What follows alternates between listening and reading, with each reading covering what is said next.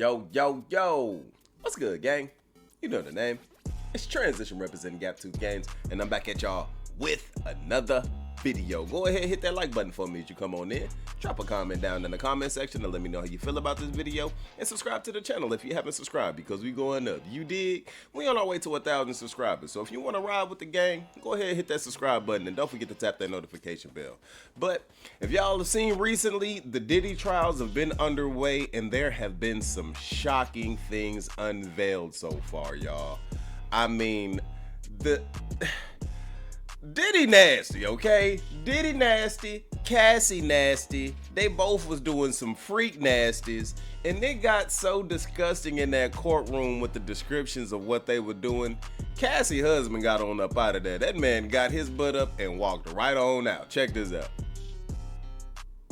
And I honestly don't blame him, because as a husband, you know that there's a good chance that she didn't tell him a lot of the stuff that went down because she didn't want him to see her in a certain light.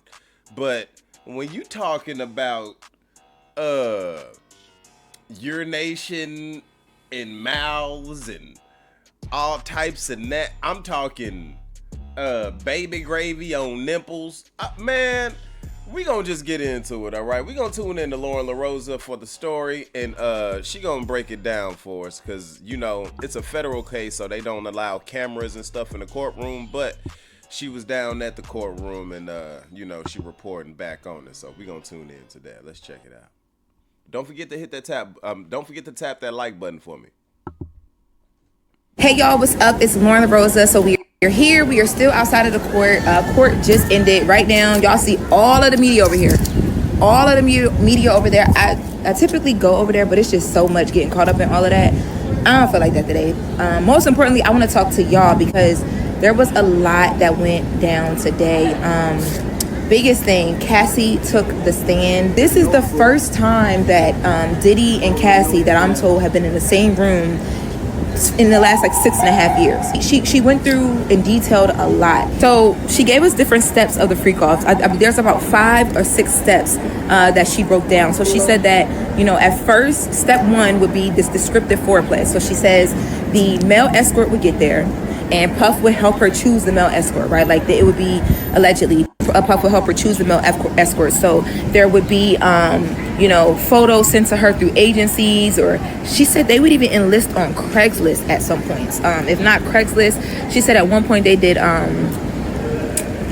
back page, and she wouldn't put up the ad, but she would have to answer to the ad using her actual contact information, is what she said. So she said they would get they would figure out who the men would be. The prosecutor asked, were there any specific requests when you were finding these men? And she said at one point the only thing would be the man would have to be a black man with a big. She said but at a certain point it expanded where, you know what I mean, they would just pick the men together. So descriptive foreplay would be first. So the guy would come in, they would be touching each other, masturbating, and she would have to out loud describe everything to Diddy, whether he was in the room or not.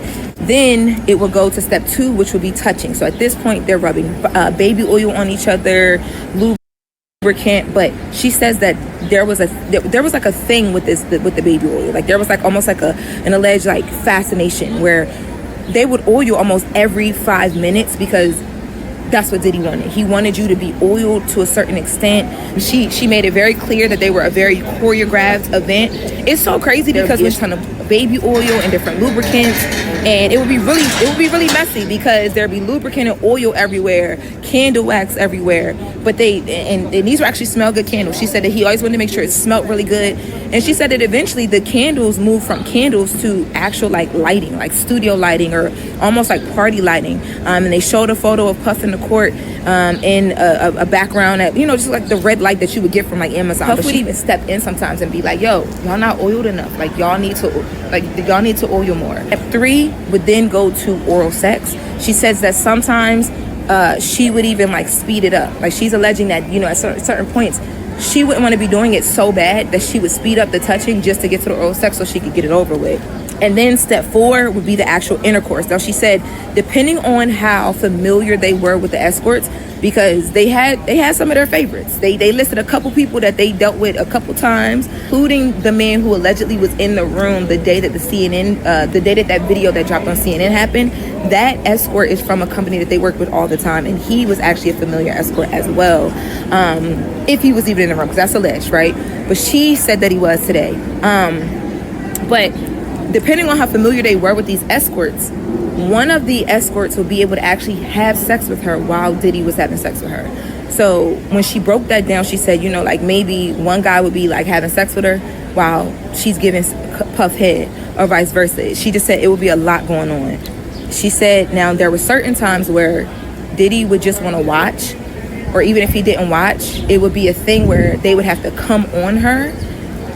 And again, we've heard the male escort that was on the stand, I feel like some of her testimony today kind of made him not look as crazy, because Cassie said in her testimony today, she alleged that whenever they would come, when they did come on her, Diddy would want her to keep it.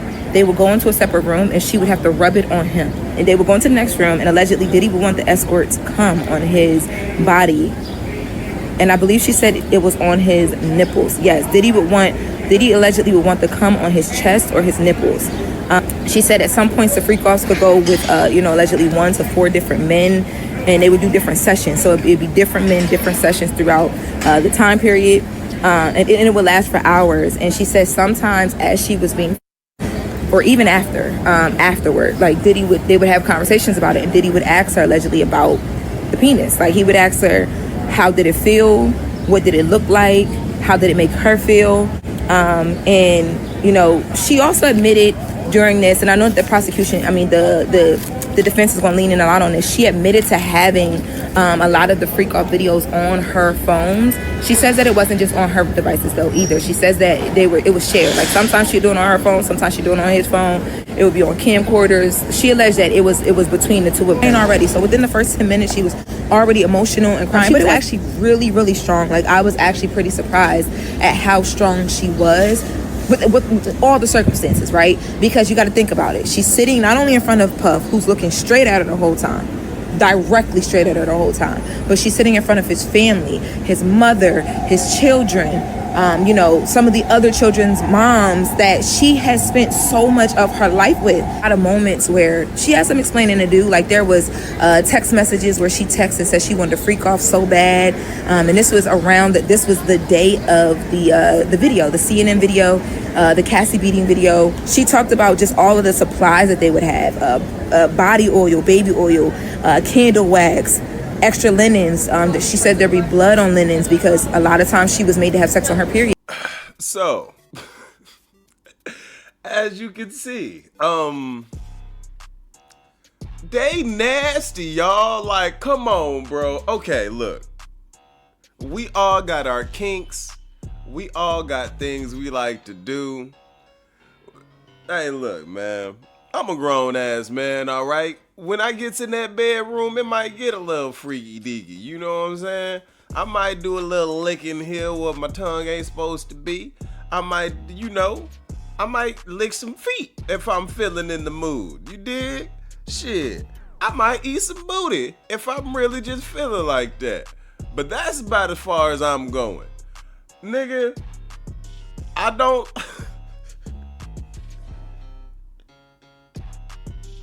Yeah, okay. Let's get serious though. I'm sorry. Let's get serious. So, at this particular point, right? I personally feel like maybe Cassie was victimized a little bit in the end. But if you participating in 9 years of freak-offs, 7 years of freak-offs, you got the footage on your phone. You got text messages saying, I want to freak off so bad. At some point, you were a willing participant. We just gonna keep that a whole 100. Ain't no way you can go through something as traumatic as a 4-hour freak off with 4 different ninjas in 4 different sessions with lube, baby oil, candle wax that smell good to probably hide the Badussi smell, because you know it smell like Badussi in there. And Puff on your back every 5 minutes saying, hey, what you doing? Hey, rub that oil on you. Yeah, here, take that. Yeah, keep rubbing. Hey, man, this nigga Puffy is freaky as hell. And now it's making everything that you've seen up to this point look crazy, because we've seen the videos. You know, they say after all of the freak offs, because anytime you're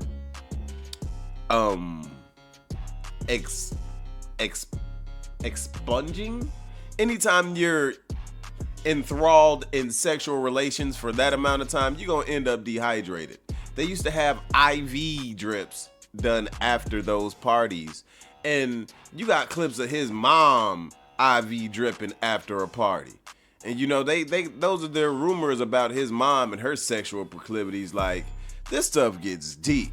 But now I know her husband is hurt, because a lot of the times, especially, look, we're all human, right? We all have a dark side. We all have things that we don't want other people to know. We all have things that we don't tell nobody, not your best friend, not your significant other. There are things that you take to the grave, and she probably never wanted her husband to see her in that light. You know what I'm saying? As the girl getting trains ran on her, and you know what I'm saying? Getting peed in the mouth and rubbing baby gravy on nipples. Like, I could understand why he got up and walked out, because now every time he look at her and get the kissing on her and stuff, he gonna think about her getting peed in the mouth. Like, oh, man. It's bad juju when you find out that your girl used to be a porta potty. You know what I'm saying? Man. I feel sorry for him. You know? That's enough to hurt any man's pride, dog. You know how sick I would be walking out of that courtroom? I'd be walking out, man, you better get these motherfucking cameras up my face, nigga. Hey, nigga, you really gonna ask me how I feel about her rubbing baby gravy on this nigga nipples? Don't be asking me no stupid questions, dog. Get out of here. Like, I would go Kanye on them damn paparazzi, but I'm gonna keep y'all updated as more unfolds. This is day 2 or 3 of the trial, so there's gonna be more dropping today, and we'll tune back in when we get to that. But let me know how y'all feel about it down in the comment section. Do y'all feel like she was a willing participant in these actions, or do you feel like she's a victim? I feel like two things can be true at the same time, but I also feel like a lot of the times when things don't go a woman's way, they'll switch up the story, or they'll retroactively change things to fit the narrative of victimhood. And I honestly feel like that's what's going on with Cassie. I don't trust this chick for some reason. Like, call it a hunch, but I've never been misled by my intuition. And my intuition is telling me she's not an innocent chick. Like, this ain't no innocent ass chick. Especially with them text messages. I know she like to freak it too.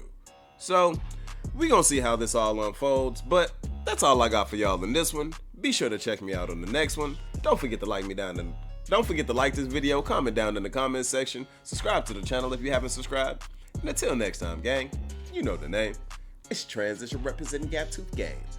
Oh yeah, don't forget, life isn't about making it from point A to point B. Life is about living in between the gaps. Peace out.